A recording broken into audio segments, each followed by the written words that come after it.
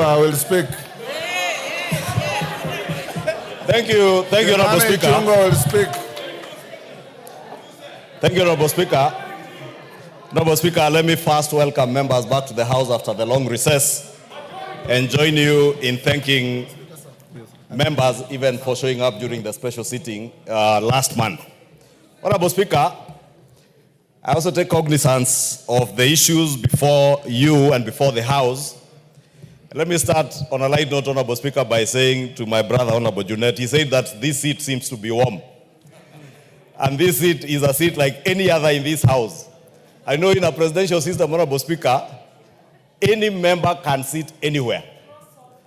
And if the Honorable Junet feels this seat is warmer than his, we must make sure that we warm Junet's seat wherever he sits so that he feels the warmth of the House. Honorable Speaker, the matter before us is a straightforward matter. And I want to agree with many of the things that have been said, including what the Honorable Karoli Omondi has just said, that the import of this court ruling has nothing to do with past decisions of this House over the last 2 years. Because decisions of the House, whether it is legislation, whether it is approvals that we make, are not made by a party. Neither are they made as business owned by the leader of the majority. You can't just dash across the floor like that. Order.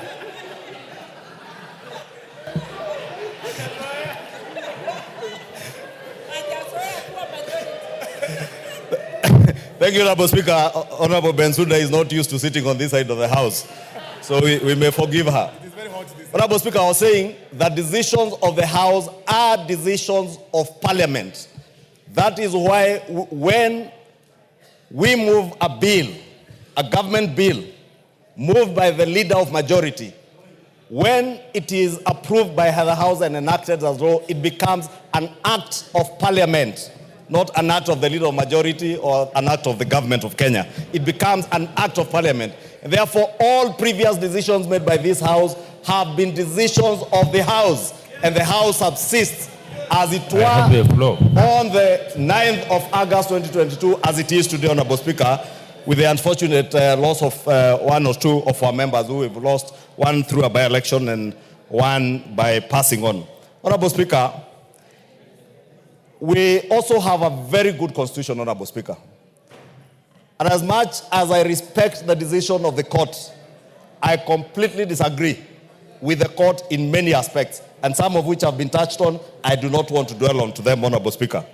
But the question that we need to ask you, Honorable Speaker, and ask ourselves, what is it out of the 34 prayers? Honorable Speaker, there is a lot of loud consultations behind me. Order, members. I was saying, Honorable Speaker, the gentleman who went to court with a total of 34 prayers before the court. Amongst those prayers was a declaration by the court that the Azimio coalition be declared as a majority party and the leader of the Azimio coalition in Parliament be declared as the majority leader in the House. The court declined to give that declaration or that ruling. The only ruling out of the 34, Honorable Speaker, that was given by the court was to annul your ruling of October 2022. And the import of that annulment, Honorable Speaker, when they said that they found it to be unconstitutional, null and void, the import of that is we go back to the status quo as at 9th of August 2022. It's called status quo ante. Status quo ante, Honorable Speaker. You know, I'm only an accountant, I'm not a lawyer, Honorable Speaker. But at least, I also know, Honorable Speaker, because I studied in commercial law, in my accounting studies, the doctrine of ultra vires, where anything that is ultra vires the Constitution, any statute, give him a minute. Any statute, Honorable Speaker, or any act of Parliament that is inconsistent with the Constitution is null and void to the extent of that inconsistency. And I was saying we have a beautiful Constitution because this Constitution gives powers, or rather powers to enjoy rights. including the right of association, which is the most important thing in our Constitution. Chapter 4 is what, Chapter 4 for Constitution on the Bill of Rights is what has built our Constitution as amongst the most progressive constitutions in the world. Therefore, the members, the 14 members in question, Honorable Speaker, from UDM, PA, MDDG, MCCP, enjoy certain rights that not an act of parliament can take away from them, including the right to associate. No court, no law can tell the member for Ugenya, MDDG, that he must remain in Azimio. There is no court, no act of parliament, including the Political Parties and the Political Parties Coalition Act that was acrimoniously passed in this House at the tail end of the last parliament, can force the 8 members of UDM to associate with Azimio. That cannot happen, Honorable Speaker, and that is why, to a large extent, I disagree with the court, because those 14 members enjoy certain inalienable rights to enjoy their rights of association, to associate with the political coalition they desired. And they told us, Honorable Speaker, letters were tabled, including letters, Honorable Speaker, that I have seen from the Registrar of Political Parties, ascertaining that MDDG, UDM, PA, Maendeleo Chap have left Azimio. The leader of Jubilee Party in this House, Honorable Speaker, the Honorable Sabina Chege, has today enjoys a position as a whip of an independent parliamentary political party called Jubilee. On that basis, Honorable Speaker, Jubilee then cannot and shall not and shall never be counted as part of Azimio. Therefore, Honorable Speaker, Honorable Speaker, we are inviting you to make a decision on the status quo ante. On status quo ante, Honorable Speaker, it is up to you as a Speaker to now make a fresh ruling, since you are ruling. Yes, Junet.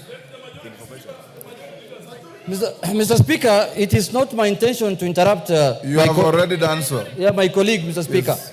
The minority leader. Mr. Speaker, is it correct, Mr. Speaker, for the minority leader to mislead the House that those parties who are members of Azimio cannot be forced to stay in Azimio, Mr. Speaker? To that extent, Mr. Speaker, there is a procedure of getting out of Azimio, Mr. Speaker. They have not followed the procedure, Mr. Speaker, and I can tell you I'm the Secretary General of Azimio, Mr. Speaker. They only wrote letters to me. They never followed the procedure, Mr. Speaker. And Mr. Speaker, I can see David Ochieng wants to respond to me. That's one member party, Mr. Speaker. We're going to discuss in this, Mr. Speaker. Order, Honorable Junet. Don't disparage your colleagues. You are better than that. Kimani Ichungwa, you have 1 minute. Honorable Speaker,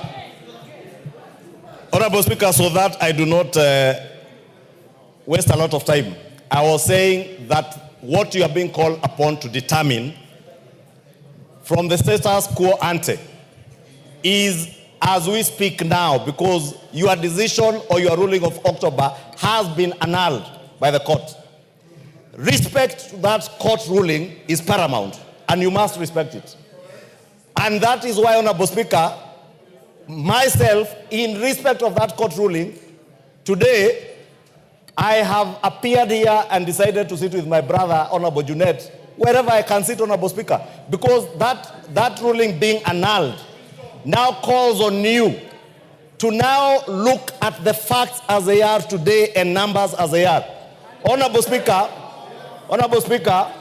you know, last week we got letters from the clerk's office, myself and the Honorable Junet Mohamed, to submit names for the House Business Committee.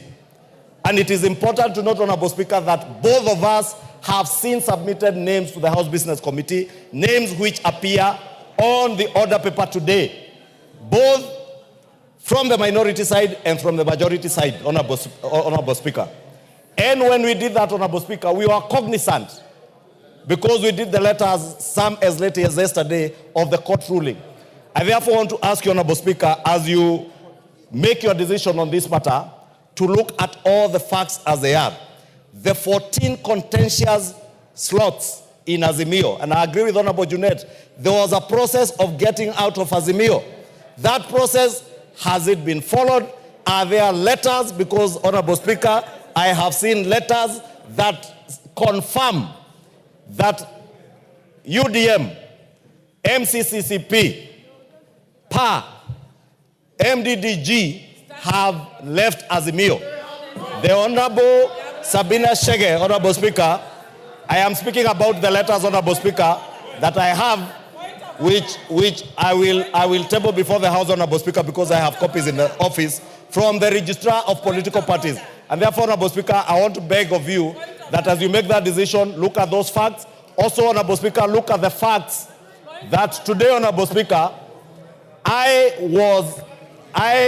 the Honorable Osoro did submit a letter to you on my nomination and election as a leader of majority in September of 2022, signed and assented to by over 171 members of this House.